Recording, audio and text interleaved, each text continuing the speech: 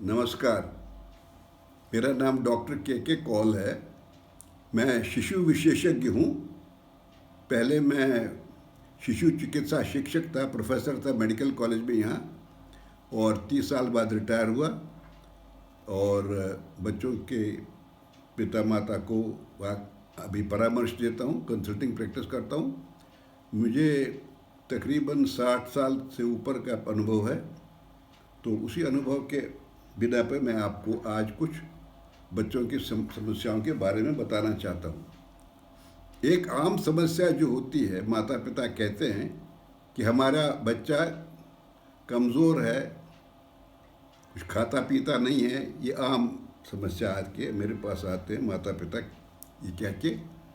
उसमें हमें ये देखना है पहले कि वाकई बच्चा कमज़ोर है कि नहीं, क्योंकि माता पिता की नज़र रहती है किसी पड़ोसी के बच्चे के वो तंदुरुस्त दिखता है, इसलिए उसको अपना बच्चा कमज़ोर दिखता है। पिछली दफ़े की मेरी श्रृंखला में मैंने बच्चों की शारीरिक विकास का आंकलन उसके बारे में एक यूट्यूब पे दिया था, एक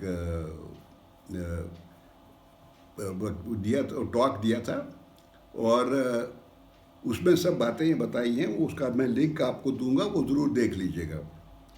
तो ये जो अक्सर माता पिता कहते हैं कमज़ोर है बच्चा, कमज़ोर के लिए तो आंकलन होता है कि वाकई कमज़ोर है कि नहीं। लेकिन एक बच्चा जो खाता पीता है, मस्त है, शरारत करता है और दिन को खेलता खाता है, तो उसके लिए कोई चिंता की बात नहीं। ऐसे बच्चे अक्सर स्वस्थ रहते हैं। लेकिन कभी कभी माता पिता की चिंता होती कि उनका बच्चा कमज़ोर है।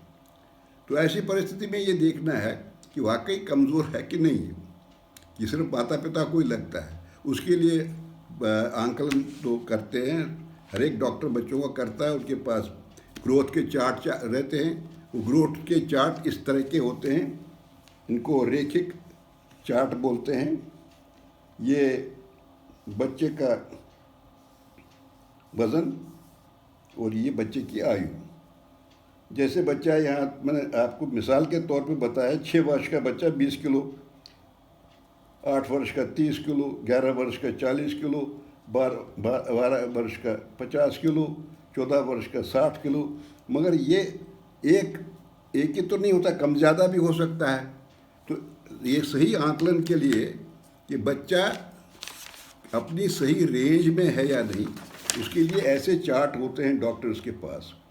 तो ये वैसे जैसे मैंने बताया, ये आयु है, ये वेट के हैं और ये हाइट के हैं।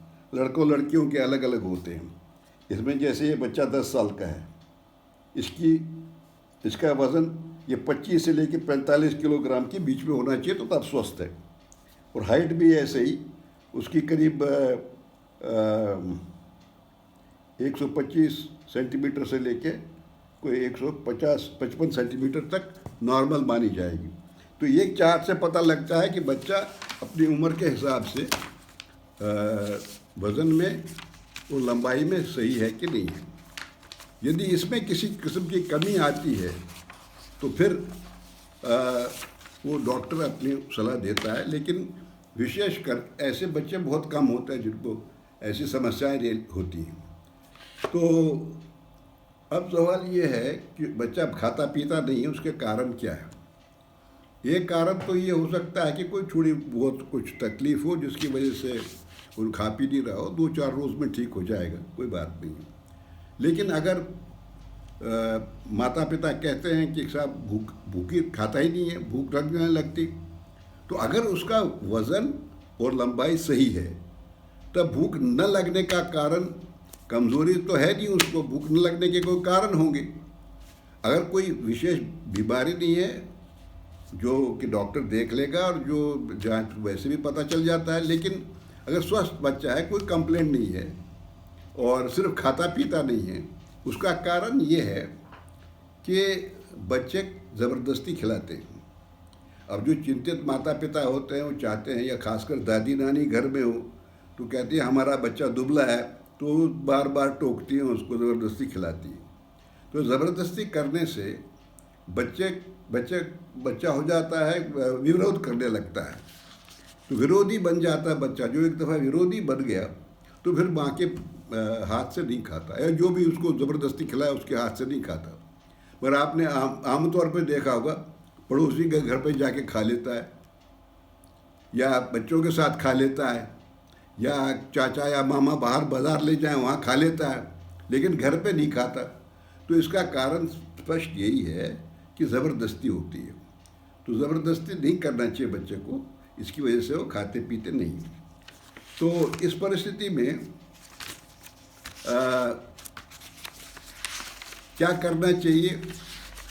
अब सवाल ये है कि अगर आप कहें कि बच्चे को आप ज़बरदस्ती न करें, तो वो आप सोचेंगे कि जब ज़बरदस्ती नहीं करेगा तो खाएगा ही नहीं। ऐसा नहीं होता है। ज़बरदस्ती बिल्कुल न करें। 2-4 दिन नहीं भी खाना खाए तो कोई ख़तरा नहीं है, बच्चे इधर उधर से खा लेते हैं। तो इसलिए 2-4 दिन के लिए ज़बरदस्ती बंद करें। आप अपने आप देखेंगे कि अंतर पड़ जाएगा, बच्चा खाने लगेगा। तो कुछ इसके नियम है आहार के, 3 नियम है जो मैं आपको बताऊंगा। इन 3 नियमों का आपको बिल्कुल नियम से चलना है। तो नियम क्या है? एक तो है ज़बरदस्ती न करें। कुछ दिन छोड़िए, भूख नहीं लगेगी कि आप आहिस्ता आहिस्ता लगने लगेगी। जब वो समझेगा कि विरोध ज़बरदस्ती नहीं हो रही, तो विरोध अपने आप कम हो जाएगा। उसके बाद दूसरी बात यह है कि बच्चे को हो सकता है जो आप बना रही हैं घर में वो अच्छा नहीं लगता, तो इसलिए आहार बदल बदल के देना चाहिए। दूसरा नियम ये है। पहला नियम तो ज़बरदस्ती न करें, दूसरा नियम आहार बदल बदल के ट्राई करें, थोड़ा थोड़ा करके ऑफ़र करिए, लेता है ले ले, नहीं लेता तो अलग करिए, तो उसको ज़बरदस्ती न करें। और तीसरा नियम है, बच्चों का आमाशय थोड़ा छोटा होता है, तो उसमें एक समय में बहुत कुछ नहीं समाता है जो आप चाहती हैं। तो इसलिए थोड़ा थोड़ा करके दिन में बार बार थोड़ा। बच्चों को अगर 2-2 घंटे 2.5 घंटे के बाद भी कुछ थोड़ा थोड़ा देते रहें स्नैक्स, तो बच्चे पनप जाते हैं। जैसे मुर्गियाँ दाना चुगती रहती हैं दिन भर, तो इस तरह बच्चों को थोड़ा ऐसे ही खिलाना चाहिए। तो 3 नियम क्या बताए मैंने? नंबर 1, ज़बरदस्ती न करें। नंबर 2, आहार बदल बदल कर दें। और नंबर 3, थोड़ा थोड़ा बार बार खिलाएं, कई बार में। तो ऐसे बच्चा पनप जाएगा। अच्छा, फिर दूसरी बात यह है कि शाकाहारी परिवारों में ये भोजन जो है उसमें प्रोटीन की कमी रहती है। प्रोटीन की कमी इसलिए नहीं कि शाकाहारी भोजन में प्रोटीन कम है, लेकिन जो खाना खाते हैं, जो हमारे अक्सर बनता है घरों में, पारंपरिक आहार जो बनता है, उसमें हो सकता है प्रोटीन की कमी हो, और वो प्रोटीन की कमी की वजह से बच्चे पनप नहीं पाते। तो प्रोटीन की मात्रा आहार में अच्छी होनी चाहिए। मांसाहारी परिवारों में तो ठीक है, मांस मछली अंडा वंडा खा लेते हैं, लेकिन शाकाहारी भोजन वालों को उसकी जगह क्या खिलाना है? उसकी जगह 3 आहार खिला दें। 3 में से आप चुनिए, या तीनों दीजिए। एक तो पनीर बच्चे खा लेते हैं, जैसे फ्राई करके दे दिया पनीर, या पका के दे दीजिए, पनीर खिलाइए। दूसरा प्रोटीन युक्त आहार है सोयाबीन की बड़ी की सब्ज़ी बनाइए। अब सोयाबीन की बड़ी पारंपरिक नहीं है, रोज़ बनता नहीं घर में, लेकिन बच्चे के लिए ज़रूर बनाएं। उसके बड़ी भी आती है और उसके दाने भी आते हैं। तो सोयाबीन की प्रिपरेशन को ही खिलानी चाहिए। इसमें काफ़ी प्रोटीन होती है, प्रोटीन की मात्रा काफ़ी होती है। और तीसरे दाल, लेकिन दाल अकेली दाल खाने से उतनी मात्रा में प्रोटीन नहीं मिलती जितनी चाहिए। तो आप दाल को मिक्स करें, यानी एक दाल की जगह 3 दालें मिक्स करके बनाइए। उसमें प्रोटीन की मात्रा 3 गुना से जगह कई गुना ज़्यादा हो जाती है।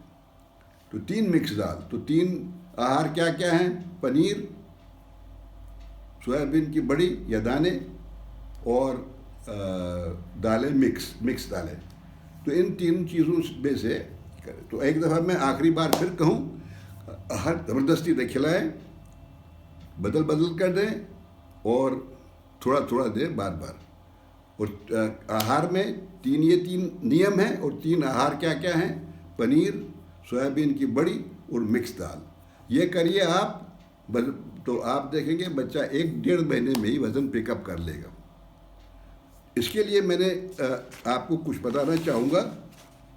ये बच्चे की शरीर का आंकलन, इसके यूट्यूब में ये लिंक है, ये ट्यूब में मैंने यूट्यूब में दिया है, ये लिंक आप नोट कर लीजिए। अगर आपको टाइम लगेगा लोड करने में तो अपने जो ये पॉज का बटन दबा दीजिए, उससे आप उसको रोक के नोट कर सकती हैं, उसके बाद फिर चालू कर दीजिए। अच्छा, इसके अलावा एक पुस्तिका लिखी है मैंने माता पिता के लिए, उसके लिए ये फ्री वेबसाइट है, ये निःशुल्क पुस्तिका है, ये वेबसाइट पे मिलती है। ये वेबसाइट पे अगर आप क्लिक करें तो बच्चों की पुस्तिका है, कोई 60-65 पेज की। इसमें सब जानकारी जो आपको आम तौर पे जो माता पिता को होनी चाहिए वो सब लिखी हुई है। तो इन शब्दों के साथ ये श्रृंखला की तीसरा मेरा टॉक है। आगे भी मैं देता रहूँगा, तब तक के लिए आगे दीजिए, नमस्कार।